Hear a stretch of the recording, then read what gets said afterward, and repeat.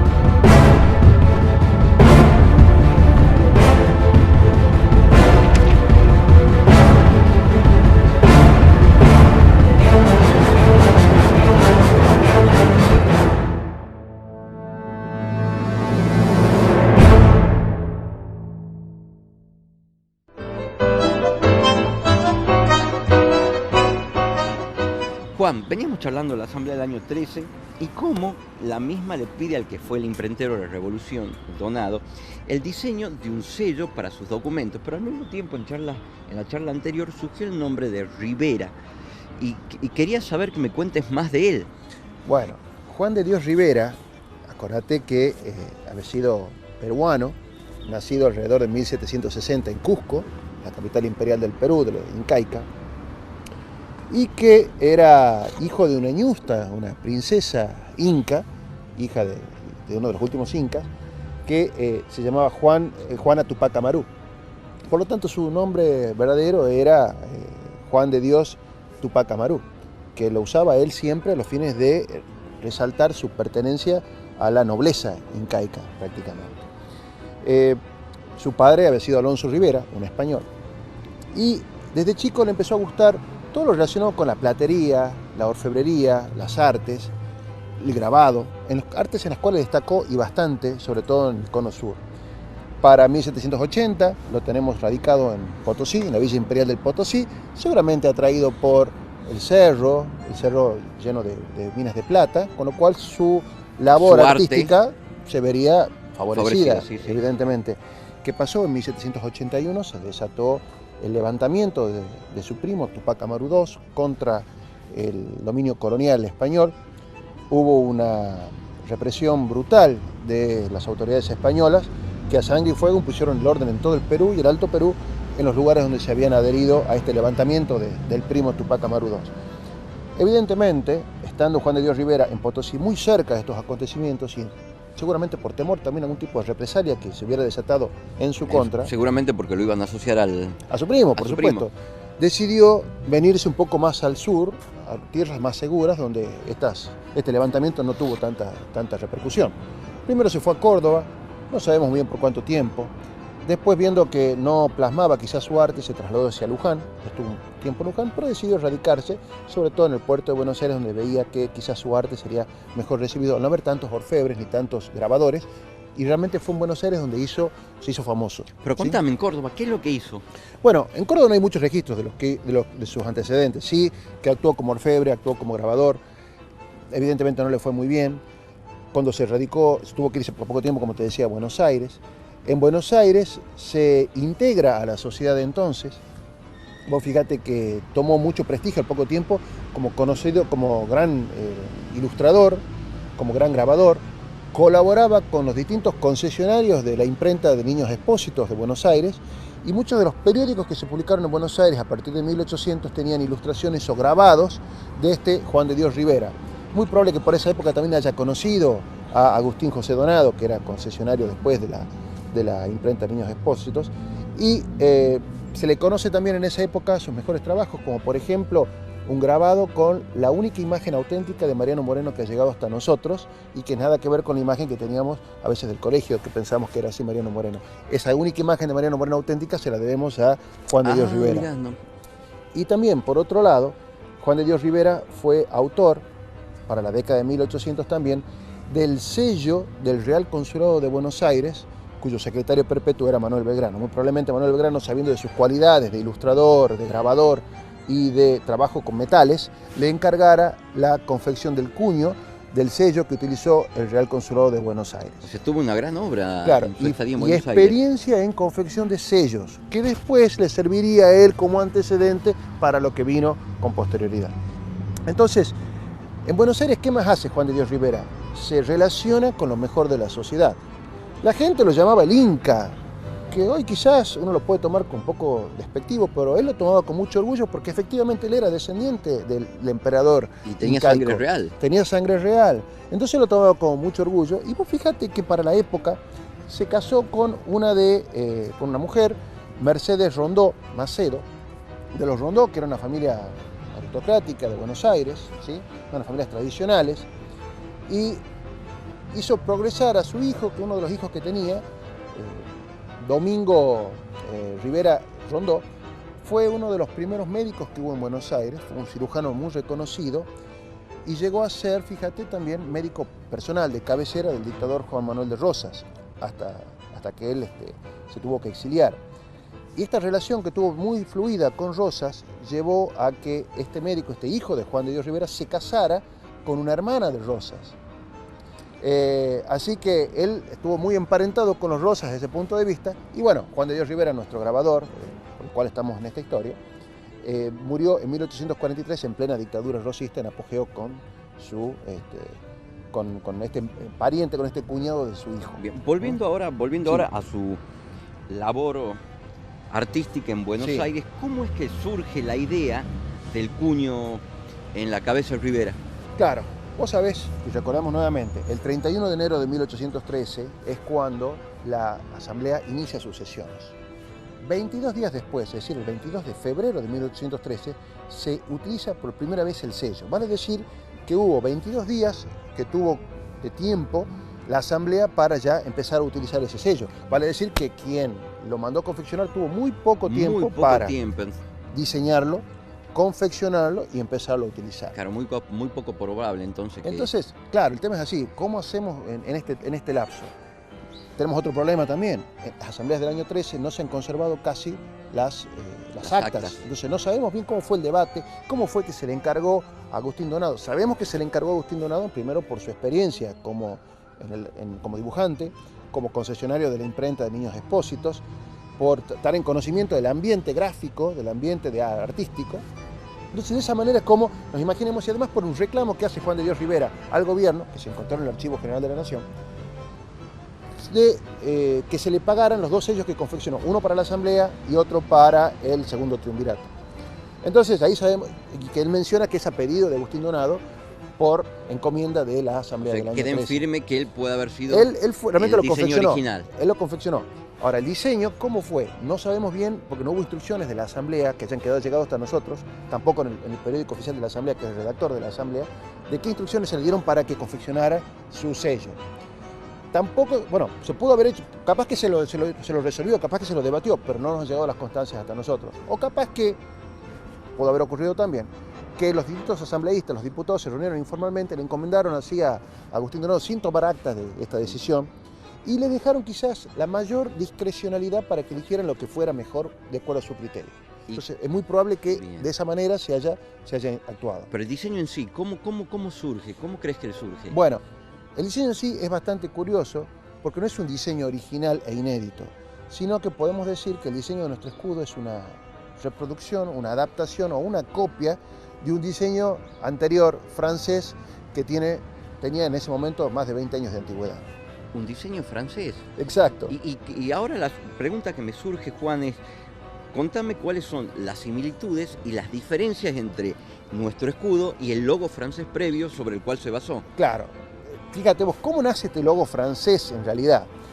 No se sabía mucho de esto hasta que en el año 2006, Carlos Ortiz de Rosas descendiente de la familia de Juan Manuel de Rosas, que fuera embajador argentino en Francia en el momento del bicentenario de la Revolución Francesa, en 1989, revela a la opinión pública de que en ese año había recibido como embajador argentino una carta de un coleccionista francés preguntándole cómo y por qué la Argentina había hecho suyo como escudo el logotipo, el diseño de un pase, de un laissez-passer francés que utilizaba uno de los clubes revolucionarios durante la Revolución Francesa para ingresar a la Asamblea Legislativa Francesa, un órgano que funcionó entre 1790 y 1793 en Francia.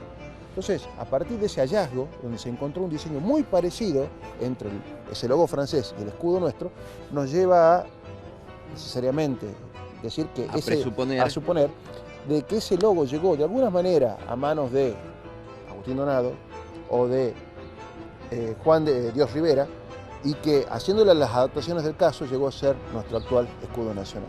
Sin embargo, tienen la esencia revolucionaria, pero contame cuáles son las diferencias y similitudes. Sigamos conversando de este tema y te cuento cuáles son las diferencias que tenemos entre los dos. Dale.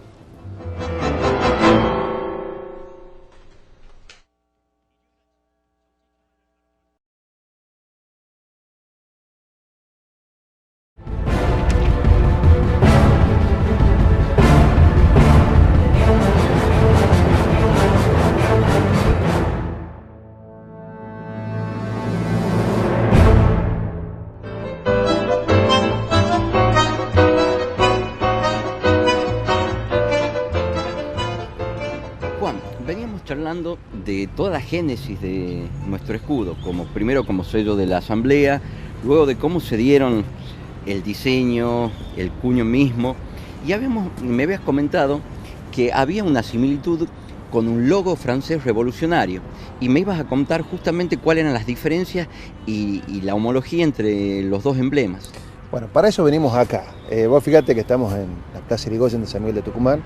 Enfrente tenemos el Palacio de Justicia, tribunales, y enfrente de tribunales vas a ver que hay un hermoso, sobre todo en la fachada, la parte de arriba, un hermoso escudo, que si bien es cierto es de la provincia de Tucumán, pero la diferencia con el escudo de la Nación es que le está faltando únicamente el sol. El sol.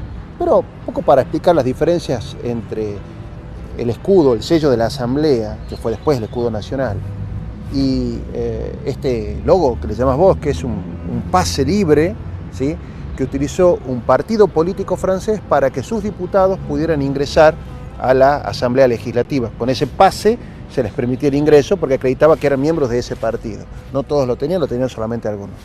Bueno, ese es un poco el motivo de esta charla.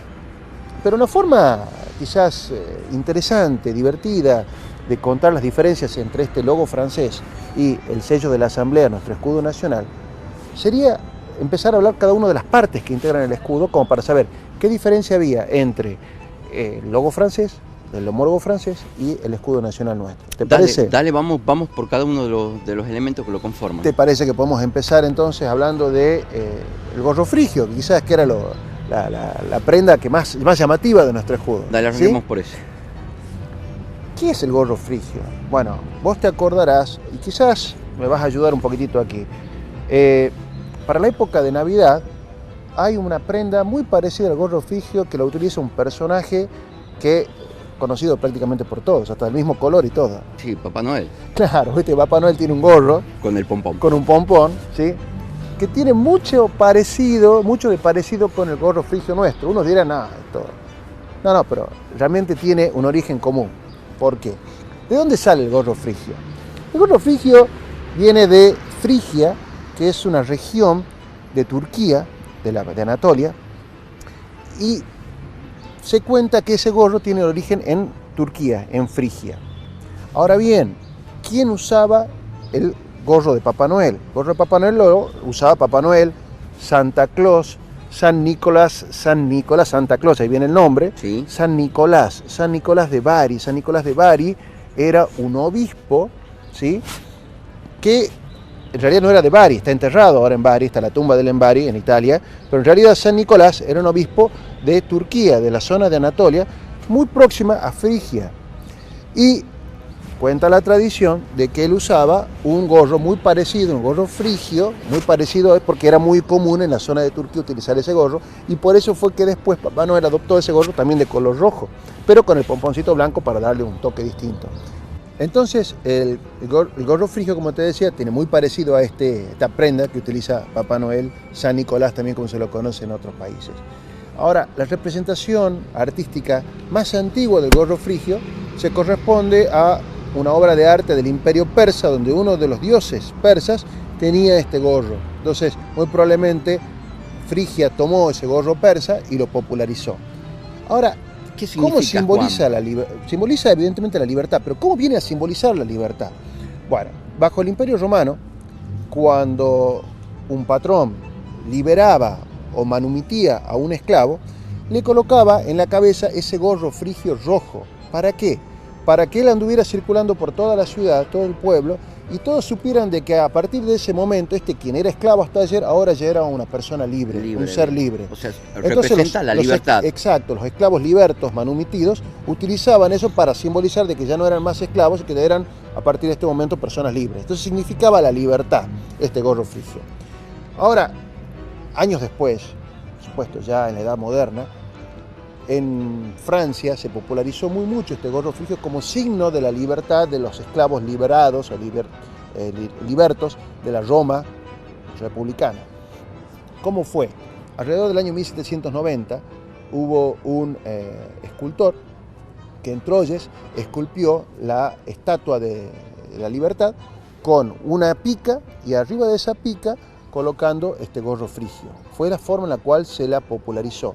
Después surgieron imágenes alegóricas de Francia con este gorro frigio en la cabeza a partir de 1790 en adelante, y de allí fue como adquirió prácticamente ciudadanía francesa. Se tornó el gorro frigio como una prenda que se extendió desde Marsella hacia todo el interior de Francia. Aparentemente habría llegado por el Mediterráneo, desde Turquía, esa influencia quizás, y significó el gorro que simbolizaba la República, simbolizaba la Revolución. Claro, después de 1789. Después de 1790 prácticamente se extendió así. Y prácticamente pasó algo muy parecido como que ocurrió en Argentina años después con la divisa Punzó, que era obligatoria, que todo el mundo que no la usaba, candidato a que lo decapitaran seguro. Bueno, en Francia prácticamente lo mismo. Quien no usaba este gorro frigio era sospechoso de haber sido monárquico, noble, lo cual era terrible, o religioso, que también eran perseguidos por la Revolución Francesa, y sufrían represalias tremendas. Fíjate que en una oportunidad al rey Luis XVI le obligaron a utilizar este gorro frigio, un poco mofándose de él, cuando tuvo que ir a visitar la Comuna de París. El 15 de agosto de 1792, la Comuna de París, el municipio parisino, que era uno de los más fervorosos revolucionarios, de ahí surgieron los grupos más radicales revolucionarios, los jacobinos sobre todo, adoptó el gorro frigio como símbolo de la libertad en la comuna. Y de allí veríamos que en lo sucesivo, en todos los movimientos posteriores, los sans-culottes, que eran los grupos radicales populares más importantes de la Revolución Francesa, tenían impuesta esta prenda como prácticamente obligatoria en toda Francia a partir de esa época. De esa forma es como entonces este gorro frigio llega a nosotros como signo de la libertad. La libertad primero romana, la libertad después de la Revolución Francesa como símbolo de los revolucionarios contra la monarquía. Bien, sigamos con otro, la pica. Bueno, tenemos entonces ya el segundo compañero prácticamente imprescindible del gorro frigio. El gorro frigio significaba la libertad. Ahora, ¿cómo era esa libertad? ¿Era una libertad pacífica, una libertad a lo Gandhi, por llamarle de alguna manera? No, para nada. Era una libertad que se ganaba con las armas. Y vos me dirás, ¿qué armas? Y bueno, y ahí vamos un poco también a la historia de la Revolución Francesa. ¿Qué era la pica? La pica en realidad era una vara o una caña entre 3 y 5 metros que se utilizaba prácticamente como arma de infantería, un arma defensiva por antonomasia. ¿Cómo lo utilizaban los soldados de infantería? Bueno, sobre todo era para defenderse del ataque del arma agresiva digamos, naturalmente, que era la caballería. Entonces, ¿cómo hacían los infantes? Se ponían en el suelo, de rodillas, y colocaban todas sus picas en un ángulo entre 45 y 60 grados, a los fines de que cuando la caballería cargara hacia ellos, se insertaran los caballos y los jinetes en esa especie de púas que estaban todas sobresaliendo para defenderse. ¿Qué ventajas tenía? Bueno, como vos ves, la pica, la lanza, es muy barata, ¿sí? Prácticamente cualquiera lo puede hacer con una caña, donde prácticamente tenemos un filo en la punta y con eso se podría construir rápidamente, en forma muy barata. Era un arma muy popular, muy democrática, por llamarle de alguna manera. Era el arma revolucionaria por naturaleza. ¿Por qué? En los sucesos de la toma de la Bastilla, del ataque a los inválidos para capturar los cañones con los cuales después se hizo la Revolución Francesa, el populacho de París salió armado, no tenía espadas, no tenía armas de fuego, que tenía picas que las improvisaron en sus casas. De esa manera la pica fue el arma revolucionaria, el arma democrática contra lo que eran las armas de fuego, contra lo que era la espada, que era noble, digamos. La espada era un arma aristocrática, la pica no. Entonces la pica en este era sentido el arma popular. El arma popular que levantaba y sostenía la libertad. Por eso es que el gorro frigio se encontraba sustentado por las armas revolucionarias, de las armas democráticas. Y entonces en ese sentido la pica representaba la igualdad. ¿Sí? La igualdad en cuanto a que todos podían tener una pica, no todos podían tener armas de fuego, no todos podían tener espadas. ¿Sí? Sí. Bueno, las manos. Ahora pasamos al tercer elemento, las manos. Ahora vos fíjate que esa libertad alcanzada por la pica no está sostenida en el aire, no está clavada, está levantada por dos manos entrelazadas. Ahora, ¿qué nos significaban en el pase francés estas dos manos? Fíjate que en el pase francés, al igual que en el escudo nacional, en el antiguo sello de la Asamblea, las manos están desprovistas de todo tipo de vestimenta, están desnudas. ¿Eso qué quiere decir? Interpretamos que quiere decir que abajo de toda vestimenta todos los hombres somos iguales. No hay blasones, nada. Exacto. A diferencia de la pica y a diferencia del gorro frigio, que son elementos netamente revolucionarios, las manos entrelazadas no tienen una connotación revolucionaria francesa. Aunque algunos han interpretado que la estrechada de las manos simbolizaban la fraternidad. Unión. ¿Sí? Exacto, la fraternidad, porque ahí tenemos tres símbolos de la Revolución Francesa. Libertad, el gorro frigio, igualdad, la pica, y fraternidad, los brazos o las manos entrelazadas. ¿Sí? Ahora, ¿qué diferencia tenemos con el logo francés? En el logo francés las manos están a un mismo nivel, un poco simbolizando también la igualdad. Todas las manos son iguales a un mismo nivel y todas las manos sostienen la fuerza y sostienen a su vez la libertad. Sostienen la libertad por medio de la pica, la fuerza de los ciudadanos, la fuerza democrática. Bueno, vos fíjate que acá Juan de Dios Rivera y Tupac Amaru introduce una licencia poética, por llamarle de algún modo. Vos fíjate que en nuestro escudo, y lo vamos a ver acá, apreciar sobre todo en la fachada del Palacio de Tribunales, las manos se encuentran como levantadas aproximadamente entre 30 o 45 grados. ¿Por qué pudo haber sido eso? Quizás porque aquí Juan de Dios Rivera y Tupac Amaru quiso dar la idea de que no basta con tener las manos en una forma tranquila, pacífica, hay que levantarla con todas las ganas a la libertad por medio de las armas. Entonces eso quizá pudo haber sido el mensaje que, a diferencia del logo francés, en el escudo nuestro se mantiene de esta manera. Bien, ahora ya que me has contado de los tres símbolos principales que estamos viendo, contame uno, ¿por qué no? Yo calculo que no es casual ni caprichoso la forma de nuestro escudo. ¿Por qué es oval? ¿Por qué no es circular? ¿Por qué no es cuadrado? ¿Guarda alguna relación? Exacto. Bueno, sí. Vos fijate que llama la atención en la heráldica la forma oval de nuestro escudo. ¿Por qué? Porque si vamos a nuestra madre patria, todos los escudos, tanto en España como en Portugal, ninguno tenía la forma oval. ¿Qué forma tenía? Bueno, en la parte superior recta prácticamente y en la parte inferior cayendo como una especie de ojiva. Ese tipo de escudo es típico en todas las casas aristocráticas, nobiliarias y reales, tanto de España como de Portugal. No se observa en la heráldica española la forma oval. Esa forma oval, en cambio, sí se observa en Francia. En Francia, durante la Edad Media, las damas casadas utilizaban un escudo oval y a veces colocaban en sus armas también las armas de su marido dentro del escudo oval. En Italia se lo observaba mucho este escudo oval en los prelados, en los obispos, en los cardenales, donde ponían también las armas de sus diócesis. Y también, ya durante la edad, digamos, del Renacimiento prácticamente, empezaron algunos caballeros rasos, no nobles, sino caballeros rasos, en Francia a utilizar los blasones ovales. Entonces, si uno se pone a analizar, el pase francés también era oval, el escudo, digamos, donde estaban las armas. Entonces, nuestro escudo tiene más de francés que de español, punto número uno. Segundo, no es aristocrático porque no tiene las formas que tenían los escudos aristocráticos, sino que dentro de los blasones es el más raso que Raso. pudo haber habido, quizás simbolizando un poco el apego democrático, ese quizás resentimiento que tenía la Revolución Francesa hacia los nobles. Hacia la monarquía. Entonces por eso tomó de todos los blasones que había el más elemental, El más que sencillo, era el más oval. básico. Exactamente. Bien, ya me has contado generalmente de los principales elementos de nuestro escudo, pero todavía falta que me cuentes el laurel, el sol, la cinta. Mucho para contar. Mucho Sigamos para hablar, enseguida, Juan. ¿te parece? Sí, cómo no, Juan, Dale. dale.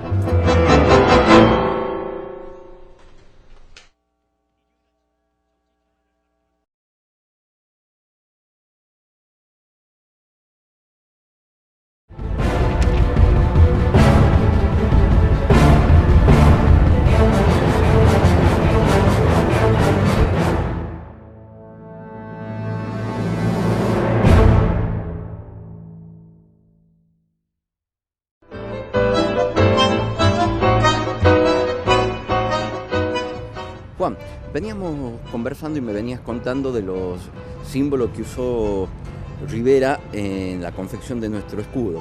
Me comentaste sobre el gorro frigio, sobre la pica, las manos entrelazadas. Sigamos con el resto. Bueno, ¿con cuál crees que sigamos ahora? Vamos con los laureles. Bueno, la corona de laureles. Vos fíjate que la corona de laureles es un elemento novedoso en lo que es la heráldica. Antes de eso no se conocía. Sí se adornaban los escudos con imágenes a los costados como adornos. Por ejemplo, hay veces que había escudos donde se ponían imágenes de personas a ambos lados y eso se llamaban tenants o tenantes. Un ejemplo de eso es el escudo de la Universidad Nacional de Tucumán, que tiene dos imágenes humanas a ambos costados y son tenantes, por ejemplo. En otros casos hay escudos que en vez de tener imágenes humanas decorándolos a ambos lados, tienen imágenes de animales ficticios, imaginarios o bien reales. Por ejemplo, pueden tener ciervos, águilas, cóndores, llamas, grifos, unicornios, es decir, toda una serie de seres animados. En ese caso se conocen como soportes. Y finalmente otra opción que podemos llegar a tener son elementos inanimados a la vuelta o árboles o del reino vegetal. En este caso, como por ejemplo, puede ser un tipo de un toazón de oro, por ejemplo, o la misma corona de laureles. Entonces, en este caso podemos decir que son sostenes de nuestro escudo, la corona de laureles. En el pase francés, la corona de laureles, fíjate que tiene un formato circular, que le da un marco circular a todo lo que es el escudo. Y de ahí un espacio entre el óvalo, ¿sí?, y la corona de laurel, un espacio hueco, por llamarlo de alguna manera. ¿Qué adaptación hizo Juan de Dios Rivera a todo esto?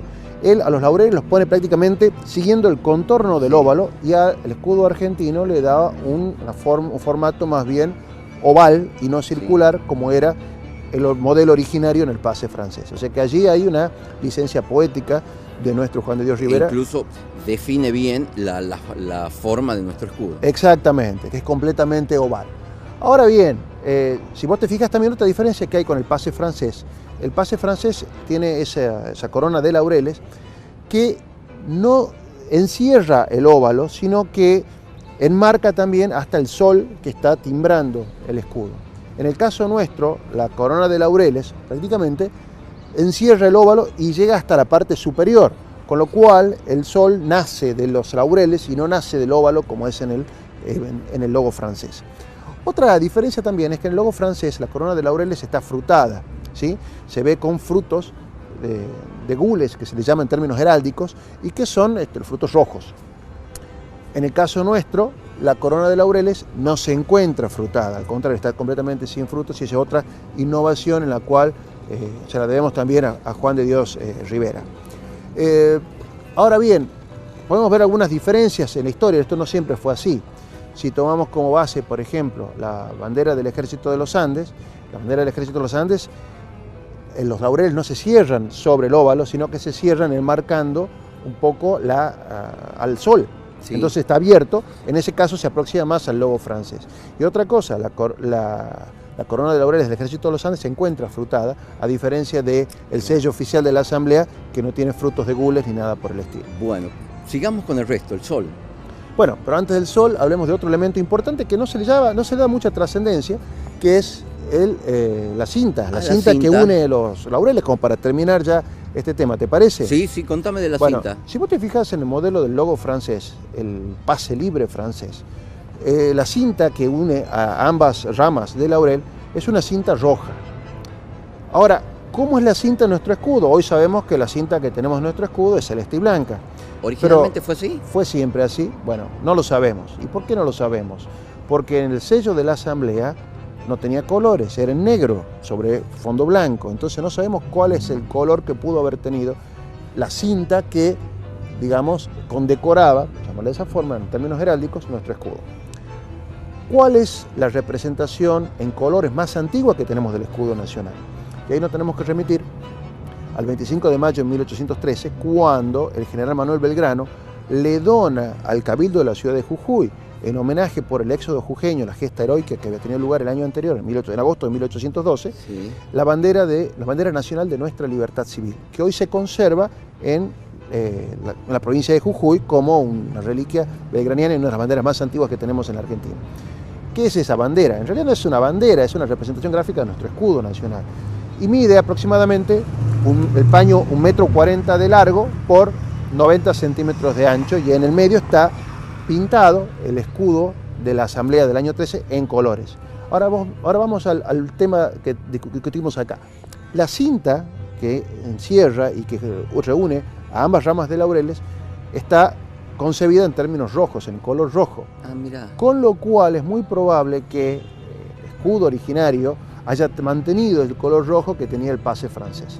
Bien, y actualmente tiene los celeste y blanco que de la... Claro, vos fíjate que si vamos a compararla con la bandera del Ejército de los Andes, la bandera del Ejército de los Andes que tiene 3 años y medio posteriores a la bandera esta de Belgrano, el escudo de la Asamblea del año 3 tiene algunas particularidades, como dijimos ya, el tema de los laureles, el tema del sol, que no sale directamente de los laureles, sino que asoma directamente del óvalo, como ocurre con el pase francés. Pero la cinta que une a ambas ramas de laurel, ¿sí? Tiene los colores blanco, celeste y blanco, o sea, los colores de la bandera actual invertidos. Exacto. ¿Sí? Así que esa es otra curiosidad que tenemos de los antiguos escudos nacionales. Ahora sí vamos al sol. Vamos al sol. El sol es el timbre, es lo que se coloca en la parte superior de un escudo. En el pase francés, vos fíjate que hay una particularidad. Prácticamente se encuentra completamente asomado, en unas 2/3 partes aproximadamente. Hay 2 círculos concéntricos superpuestos. Uno es uno naranjado, donde está prácticamente la faz solar, ¿sí? Y hay otro círculo encima, concéntrico, un poco más aclarado. En ese círculo, que es una especie de aureola, es donde convergen los distintos rayos del sol, que son 7. Pero los rayos del logo francés son triangulares y terminan en un vértice en esa aureola que vimos allí. O sea que es muy geométrica la forma del logo francés. En cuanto a qué imagen tiene en la faz, en la cara, es muy sutil, se observa unas cejas, una nariz recta y quizás se puede apreciar unos ojos, no unos ojos, sino unos párpados muy suavemente delineados. No se observan ojos, no hay globos oculares. ¿Y cuál es la diferencia con nuestro escudo? En nuestro escudo, bueno, acá no lo vamos a ver porque el escudo de Tucumán no tiene sol, pero el nacional sí. En el escudo nacional, el sol emerge prácticamente en un 50%. No está en 2/3 partes como sí lo está en el logo francés.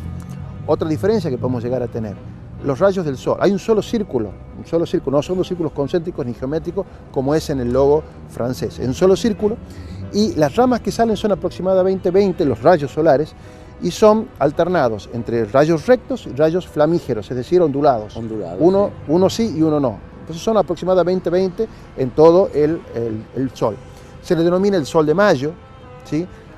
Se le ve claramente una cara, sobre todo los ojos, rostro netamente incaico, peruano. Quizás ahí es donde nuestro autor Juan de Dios Rivera y Tupac Amaru puso más su impronta en señalar su origen, ¿no? El origen incaico peruano. Claro, incluso en el sol. En el sol. En el sol. Exacto. El Inti, que es el dios sol de los incas. Bueno, eso es por un lado. Ahora vos fíjate que el escudo argentino tiene muchos símbolos muy parecidos al escudo uruguayo, que el escudo uruguayo un poco es hijo del escudo argentino, está muy emparentado. El escudo uruguayo tiene un óvalo, igual que el nuestro, tiene una corona de laureles a la vuelta, unidos por una cinta, igual que el nuestro, y tiene también el sol de mayo arriba, aunque de diferente diseño, pero muy parecido también al nuestro. Entonces podemos decir que nuestro escudo realmente tuvo una paternidad importante acá en el Río de la Plata.